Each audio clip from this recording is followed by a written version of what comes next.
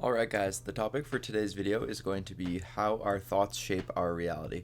Now this is going to be another one of those kind of unscripted, off-the-cuff videos that I've been doing a little bit more of lately, and oftentimes these kind of just pop up when I'm in the gym or I'm just going throughout my day and I have a thought that kind of sparks something that I think, this might be a good topic to talk about on the YouTube channel. So I don't have any kind of a script or any concrete points that I want to go through one by one, but I'm just going to talk through some of the things that I've been reflecting on lately in my own life, specifically how that pertains to fitness and some of my current goals right now, and you might be able to take some value or some wisdom away from this. So it's not going to be a long video, but it's going to be one that I think is impactful and potentially insightful and something that you can take and try to apply to your own life, your own process, whatever you're going through, whether that be in fitness or otherwise. So something that I have been doing lately is dieting, and I am about 12 or 13 weeks into dieting. I started out in the high 180s and now I'm almost into the high 150s, so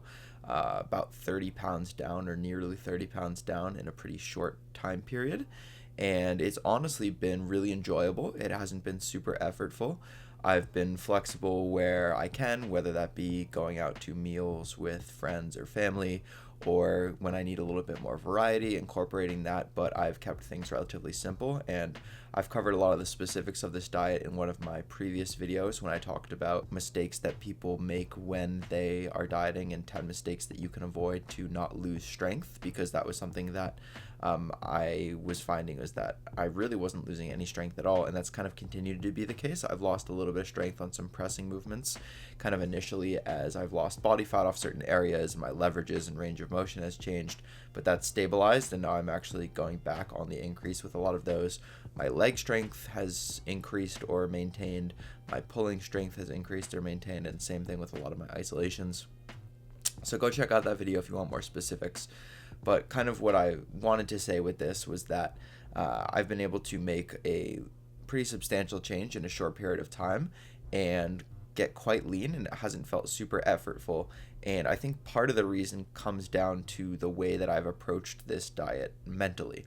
Now, of course, there are going to be days where you are feeling tired, you're feeling more fatigued, maybe you didn't sleep great the night before, variety of factors, maybe your stress is a little bit higher, and it can be very easy to get into this kind of self-fulfilling prophecy, or to start having these narratives where you tell yourself, oh, I'm feeling so tired, or oh, I'm lacking energy today. And I think one lesson that I've learned throughout this diet has been, okay, let me actually just try to adopt the opposite mentality of what I'm thinking. Like the second that I hear that kind of negative self-talk in my head, like, oh, I'm weak or I'm tired, I actually think the opposite. I think, no, I'm not. And that's something that I've been practicing lately. Like, okay, I hear this kind of inner dialogue. I hear myself telling myself that I'm feeling a certain way or that I'm perceiving something negative. And I have that conversation in my head and I say, no, I'm not. No, I'm not. And I'm just kind of, for a better lack of a better term, gaslight myself into thinking that no, I'm actually not feeling that way.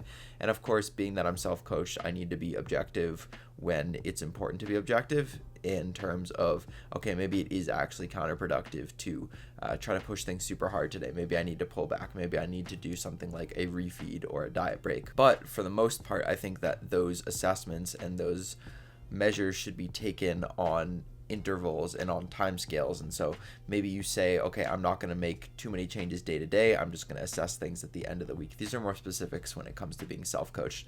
But for myself, it's like, yeah, maybe I'll take an auto-regulated approach here and there. Like if there's really a day where I'm like, it's not productive to push push myself today. But most of the time, I try to kind of push those boundaries and push those limits, because often you're capable of way more than you think you are. Just to give an example, last night was kind of one of the first nights where I really felt like the dieting condition affected my sleep. Like I went to bed a little bit hungrier than usual. I had done a bunch of steps kind of close to bedtime. Didn't eat a huge pre-bed meal. I have something before I go to sleep every night, but it wasn't like a massive meal by any means. And I woke up several times during the night, had trouble falling back to sleep. And I was kind of, my stomach was rumbling, and I just basically just tried to take some deep breaths, stay calm, do what I can to kind of just like calm my thoughts and focus on, okay, just focus on your breath, be mindful. And that did help me with getting back to sleep. Anyways, the point being, at least it wasn't a great night of sleep compared to my usual baseline. And when I woke up this morning, I could have easily kind of let that get in my head, and I almost did. Like, I was considering, okay, should I eat a little bit more before my workout today? Maybe I should ease up on the steps, or maybe I should take it easy today. And I said, why don't I actually just push myself and see? Like, ultimately, what we're looking for is training performance still maintaining? If so, then you're probably okay. And you can have a night or two of not so great sleep if you have been nailing these things, which I have. Like, my sleep in general has been really good. My energy's been feeling good. I've just honestly been enjoying this whole dieting process. And so I went into my workout today and I decided to eat my usual food, do my usual activity, not change anything about my training, and I actually hit a bunch of PRs and I had a great session. And that kind of sparked this thought that you are capable of more than you think that you're capable of. Next time you find yourself mid-workout, like I got through my third or fourth exercise and I started saying, oh my God, I'm tired. Like, I had that thing where, when you've been dieting for a couple weeks or maybe longer than that, maybe a couple months, and you finish a set and you kind of like stand up quickly and like the blood rushes, I don't know if it's rushing to your head or rushing elsewhere, and you kind of just get this like whoa, like kind of dizziness and lightheadedness. I've been getting that a little bit more during my training, which actually is why I sip on a little bit of intra-workout, some intra-workout carbs to kind of prevent that. I wouldn't say it's like you're going hypo, because that's a little bit of an exaggeration, but it could just be related to low blood sugar, and I notice that actually when I get up in the middle of the night as well sometimes. Point being is that mid-workout, I caught myself having one of these thoughts again, and I immediately said, no, I'm not, I'm fine. And I made sure to finish out the session, give it my best of my abilities, and carry on throughout the rest of my day. I really don't believe that there are hacks when it comes to fitness, dieting, doing hard things, but I think that mindset and mentality really impact the way that we do things. Our thoughts influence our behaviors, and our behaviors influence our reality. And so our thoughts really do shape our reality in many ways and our perception of things.